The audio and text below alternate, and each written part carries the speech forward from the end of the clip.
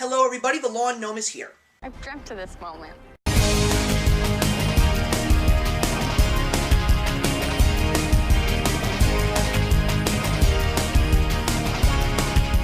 So welcome to the second day of TV Winter Sweeps Week, and of course today we are going to be talking about a couple of different shows, a lot of them as a matter of fact. We're going to be talking about shows that involve comic book-based characters. There was one from AMC, and the rest are all connected on a little channel that we call the CW. So the first show that I want to talk about came out in the summer, and it was Preacher, of course based on the comic that was written by Garth Ennis, and it stars Dominic Cooper as the main character of the story. Now, I never read the comic, but I showed extreme interest in that story, especially because of the fact when I was growing up in the mid to late 90s, Garth Ennis was like one of the big it guys in the world of comic book writing. So when I found out that the show was coming out, and the fact that it starred Dominic Cooper and another person who I absolutely love, who was involved in the Marvel Cinematic Universe, who is Ruth Negga, I was really excited to see what this show was all about. And it's basically about a preacher in Texas who is suddenly possessed by this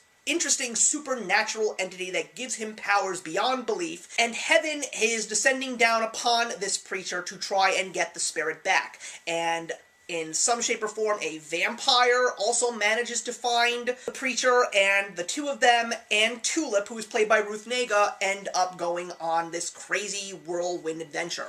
Now, I gotta tell you guys, this show didn't really grab me, and this comes from the same studio that made Breaking Bad and Better Call Saul. Two shows that were very popular, but I just didn't find an interest in them.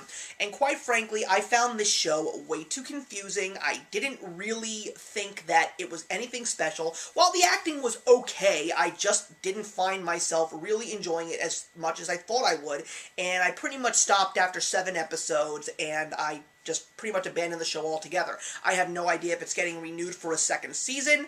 I mean, it's got a great cast. I also forgot to mention that Jackie Earle Haley is also in this show as well. But again, Preacher, if you like it, please put your comments in the box below. I'd like to know what I possibly missed in regards to the show. But now let's talk about all the wonderful DC-based shows on the CW. First of all, welcome to the CW Supergirl. I thought that Supergirl was one of the most fun and entertaining shows of last year, and I am so glad that even though CBS chose not to renew them, that the CW was going to pick her up, and I had a feeling that they would, especially because of the fact that Grant Gustin, aka The Flash, showed up in one of her episodes in the first season. So now we've got Supergirl, and of course, all the great characters are back, including Alex, Wynn, and of course, J'onn J'onzz, but also we had a big surprise, and we got the Man of Steel himself in the beginning. Now, some people were a little bit weirded out because of how young he looked, but they still got the mythos correct in regards to the age gap, as well as the fact that his costume looked a little bit wonky, but he was definitely fun to watch, and the show has definitely taken another interesting turn.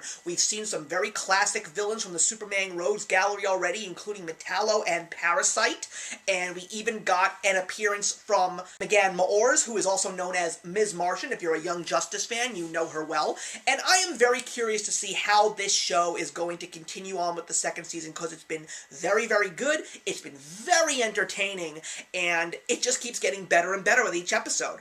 And then, of course, we've got the third season of The Flash, which I called was going to be based on the Flashpoint Paradox. It has definitely been a very good season. We've got the main nemesis, who is known as Dr. Alchemy, a very famous member of his Rogues Gallery. We've also seen Magenta, and we've even got Tom Felton joining the cast. Yes, everybody, Draco Malfoy is now in the DC television universe, and I really do enjoy his character. He's a little bit downtrodden, a little bit grumpy, but I love how he plays off of Barry Allen in the show. It is so much fun to watch. We are definitely going to be getting some very exciting things because of some of the things that we have seen happening with Caitlin, as well as things that have happened with Cisco. So I'm just hoping that by the end of the season, Cisco finally gets the Vibe costume and he starts fighting crime alongside the Flash.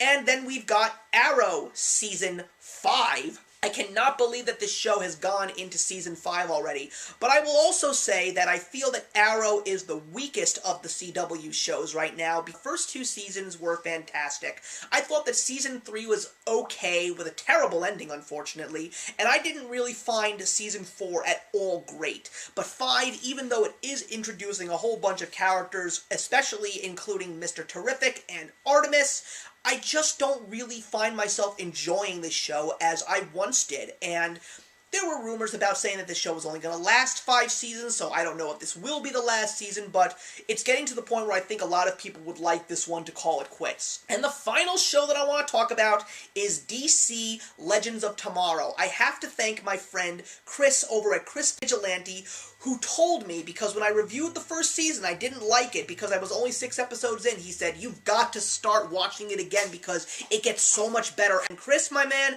you were right. And this season is turning out to be so much fun. We got the Justice Society of America. We've got Vixen joining the group from the Justice Society to join them on their time traveling. Unfortunately, we've had a couple of unwanted events unfolding, but I don't really know exactly what's going to happen at the end. I'm also kind of happy that Vandal Savage is out of the picture because I think that that thing just like really dragged on, and I feel that it could have been a much shorter storyline, but it's been a very exciting season. It has been so much fun to see them bouncing all over history. I think probably one of the most interesting and thought-provoking episodes was the episode where they went into the time of the Civil War, and that's all that I'm going to say about that because there were so many different story arcs that were very interesting to watch, but there's also a bigger story looming, especially in regards to the villains of this season, as well as a very interesting event that 2 members of the Time Vessel actually found. But that's all the reviews that I've got today, guys,